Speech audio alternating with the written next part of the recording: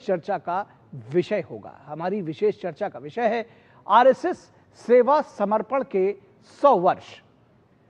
RSS सेवा समर्पण के 100 वर्ष, ये आज हमारी विशेष चर्चा का विषय है। और इस विषय पर बातचीत करने के लिए हमारे साथ दो खास मेहमान जुड़े हुए हैं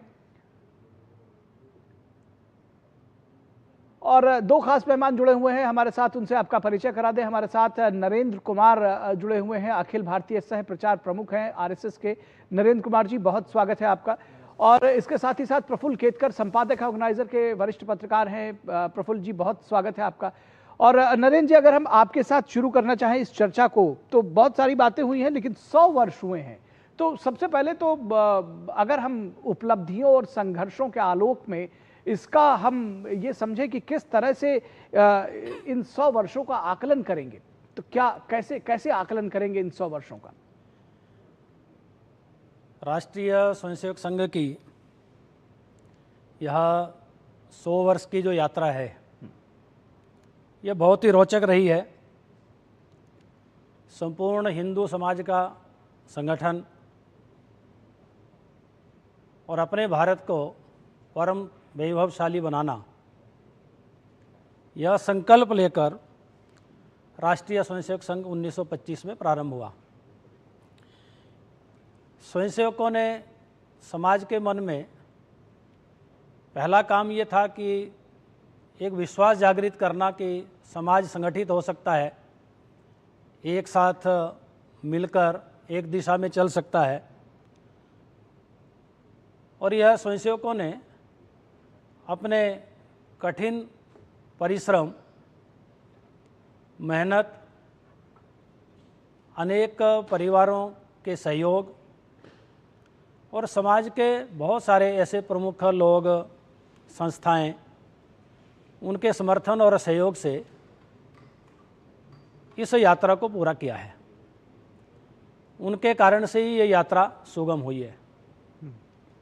लेकिन अनेक बाधाएं, अनेक कष्ट भी स्वयंसेवकों को झेलने पड़े। उन सब बाधाओं, अवरोधों को दूर कर समाज जीवन के अनेक क्षेत्रों के अंदर स्वयंसेवकों ने काम किया है। और ये एक प्रकार से शिक्षा का क्षेत्र हो, स्वास्थ्य का क्षेत्र हो, सेवा का क्षेत्र हो, तो ऐसे सभी क्षेत्रों के अंदर और स्वयंसेवक आज काम कर रहे हैं। ऐसे लगभग 32 से अधिक संगठन राष्ट्रीय स्तर पर इन सभी क्षेत्रों के अंदर काम करते हैं। साथ साथ में संघ कार्य का भी विस्तार स्वयंसेवकों ने किया है।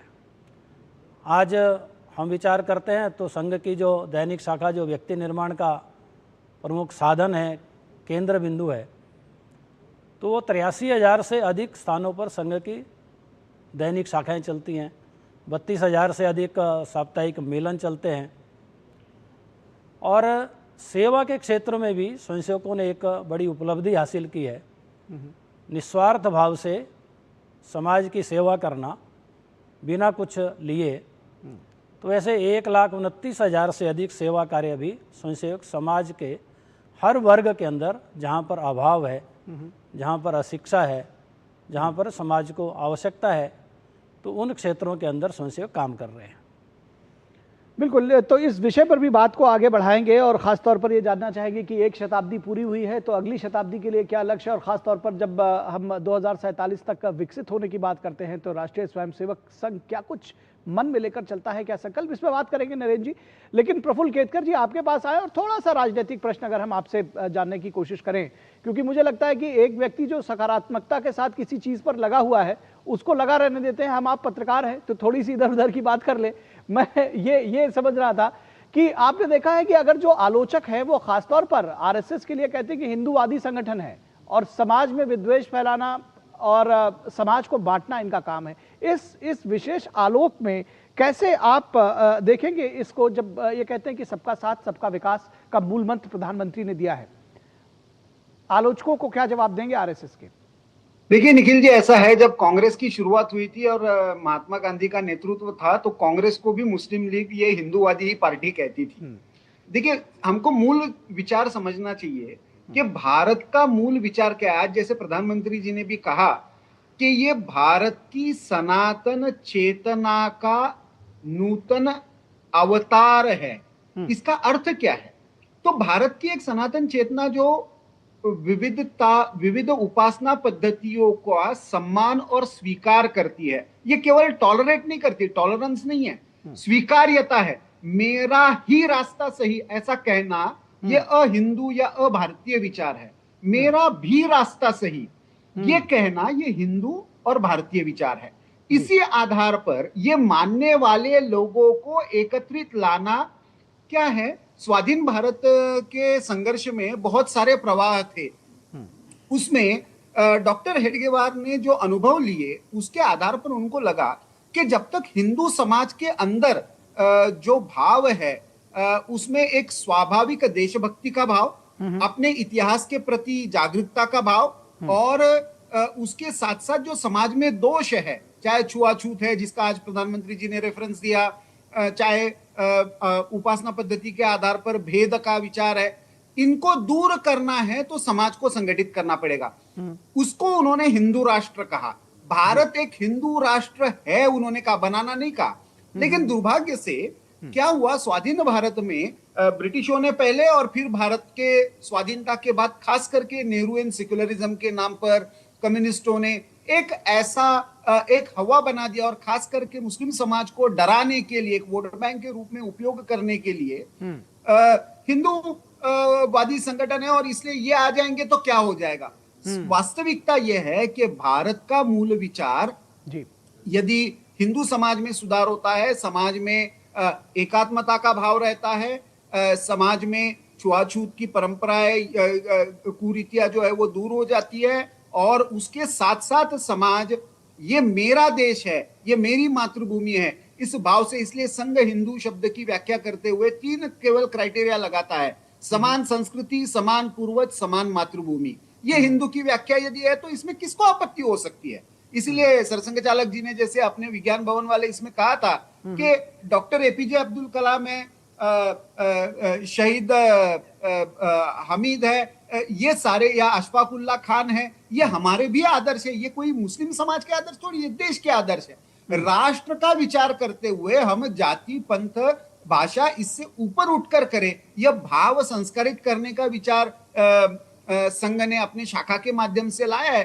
दुर्भाग्य से राजनीति में और राजनीतिक कारणों से इसको हिंदूवादी कम्युनल कहकर प्रताड़ित करने का प्रयास हुआ, लेकिन आज समाज में स्वीकार्यता दिखाती है। जैसे नरेंद्र जी ने कहा, कितने सेवा कार्य बढ़े, कितनी शाखा बढ़ी है, ये सीधा सीधा ये दिखाता है कि समाज में ये सारा जो षड्यंत्र था वो विफल हुआ और समाज आज संघ के विचार को स्वीकार भी कर रहा है और आत्मसात करने के लिए भी निरंतर समर्थन में खड़ा है। बिल्कुल ठीक बात है।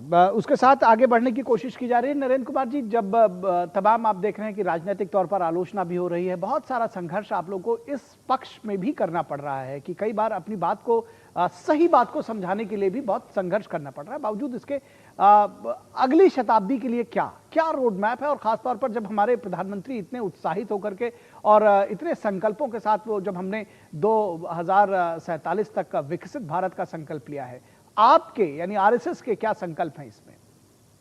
राष्ट्रीय स्वयंसेवक संघ ने अपने शताब्दी वर्ष में कुछ कार्यक्रमों का विचार किया है जो हम समाज के हर व्यक्ति तक पहुंचना चाहते हैं।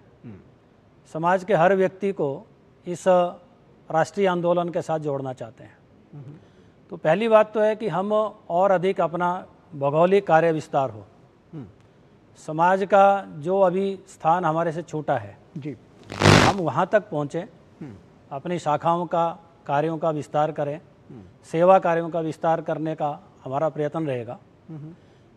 और दूसरा, जो समाज परिवर्तन के लिए आवश्यक बातें हैं, जो विकसित भारत की बात आप कह रहे हैं जी, तो आज के कार्यक्रम में माननीय सर कार्यवाह जी ने और माननीय प्रधानमंत्री जी ने भी उसका उल्लेख किया जी कि जो 5 बातें हैं, पंच संकल्प, पंच प्रण जिसको हम कह सकते हैं, पंच परिवर्तन, संघ के पंच परिवर्तन वाला जो विषय है, सामाजिक समरसता, ताकि समाज भेदभाव मुक्त हो, किसी प्रकार का जातिगत भेद ना हो, किसी के साथ अन्याय ना हो, कुटुंब प्रबोधन है, हमारे परिवार ये संस्कारित बने, सक्षम बने, जो समाज को जोड़ने की इकाई है। जी।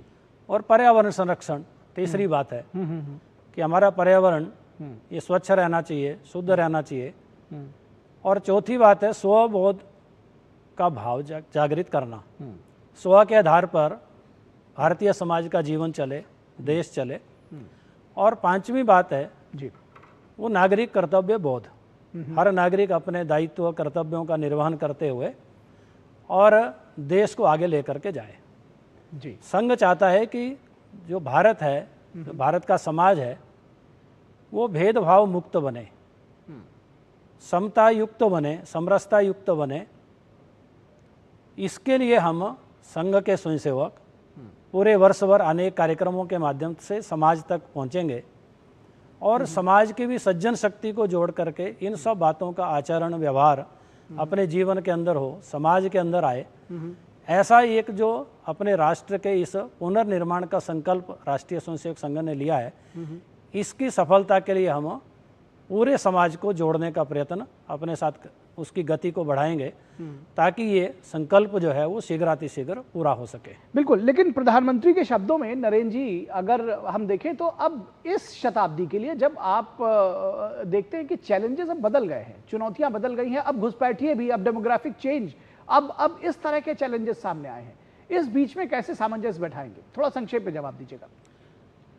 इसके लिए स्वयंसेवक पहले से ही प्रयत्न कर रहे हैं। अनेक संगठन, कार्यकर्ता, संस्थाएं, समाज के भी बहुत सारे लोगों को जोड़ने का प्रयत्न, जो इन विषयों पर जागरूकता भी और दूसरा जहाँ जहाँ पर करने की संस्थागत जितनी मर्यादाएं होती हैं करने का प्रयत्न ये स्वयंसेवक पहले से ही कर रहे हैं और इन प्रयासों को आगे भी हम लेकर के जाएंगे, आगे बढ़ाएंगे। जी, लास्ट वर्ड्स प्रफुल्ल केतकर जी, आपसे चाहूंगा बहुत संक्षेप में अगर आप कुछ संदेश वन लाइनर देना चाहें, और खासतौर पर इस आलोक में कि राजनीतिक आलोचना खासतौर पर जो प्रमुख राजनीतिक विपक्षी दल हैं बीजेपी के खासतौर पर, वो कहीं ना कहीं एक जो जब सैफरन टेरर की बात करते हैं वो कहते हैं कि इस तरह की बातें जब इस तरह के नैरेटिव लेकर के आते हैं उसमें भी बार बार आरएसएस को लपेटने की कोशिश करते हैं। आपको लगता है कि ये एक बड़ा चैलेंज है और पब्लिक के बीच में इन चीजों को साफ किया जाना चाहिए? मुझे लगता है निखिल जी, मैं इसको थोड़ा सा अलग से देखता हूं। संघ ने इस देश के मिशन के साथ अपने आप को जोड़ लिया है। तो विकसित भारत के कोई प्रधानमंत्री या सरकार का प्रोग्राम नहीं कि कोई भी सरकार रही और उसने देश की भलाई के लिए कुछ भी किया, चाहे वो 1962 का वॉर हो, 1965 का वॉर हो, 1971 का वॉर हो, कारगिल का वॉर हो, हर समय स्वयंसेवक खड़े रहे। तो उसमें कोई उनका कोई सरकार ये सोचकर ये नहीं था ये देश मेरा है। यह भाव यदि जागरूक होता है तो सारे चैलेंजेस पार हो सकते हैं। इसलिए स्वदेशी का भाव आने वाले समय का मैं जो चैलेंजेस के रूप में आपने पूछा कह रहा हूं कि ये डेमोग्राफिक चैलेंज यदि ये स्पष्ट है कि ये देश है और देश की सुरक्षा ये देश के कानून के हिसाब से होनी चाहिए, तो उसमें मुझे नहीं लगता कि कोई भी धर्म या कोई भी जाति, कोई भी भाषा, कोई भी दल इसका भेद इसके आड़े आना चाहिए। वैसे ही यदि इकोनॉमिक मॉडल हमारा अपना खुद का हो, स्वदेशी के आधार पर हो, ये किसी राजनीतिक दल का प्रोग्राम कैसे हो सकता है? ये तो देश का प्रोग्राम होना चाहिए, स्वदेशी है ये कोई भाजपा देशी थोड़ी है। तो इसलिए मुझे लगता है कि इस स्व के भाव के साथ यदि सोचते हैं तो बहुत सारी समस्याएं अपने आप ही हल हो जाती है। ये राष्ट्रीय स्वयंसेवक संघ का विश्वास है। राष्ट्रीय स्वयंसेवक संघ अपने कार्यकर्ताओं के माध्यम से समाज को यह विश्वास दिलाने में सफल हो रहा है कि यही रास्ता सही है। ये मैं मानता हूं 100 वर्ष की राष्ट्रीय स्वयंसेवक संघ की सबसे बड़ी उपलब्धि है। आने वाले 25 वर्ष की जो यात्रा है 2047 की, ये बहुत महत्वपूर्ण यात्रा इस विश्वास को और कितना सफल बनाने में आचरण से और व्यवस्था परिवर्तन से राष्ट्रीय स्वयंसेवक संघ सफल होता है, उस पर मुझे लगता है भारत की भी यात्रा निर्भर करेगी। जो संघ के विचार में मूल था कि भारत और संघ अलग अलग नहीं है, ये मुझे लगता है अगले 25 वर्ष में साकार होने जा रहा है। जी, बहुत शुक्रिया, बहुत धन्यवाद प्रफुल्ल केतकर जी हमारे साथ जुड़ने के लिए और नरेंद्र कुमार जी हमारे साथ जुड़ने के लिए, विचार साझा करने के लिए, आप दोनों लोगों का। और यहाँ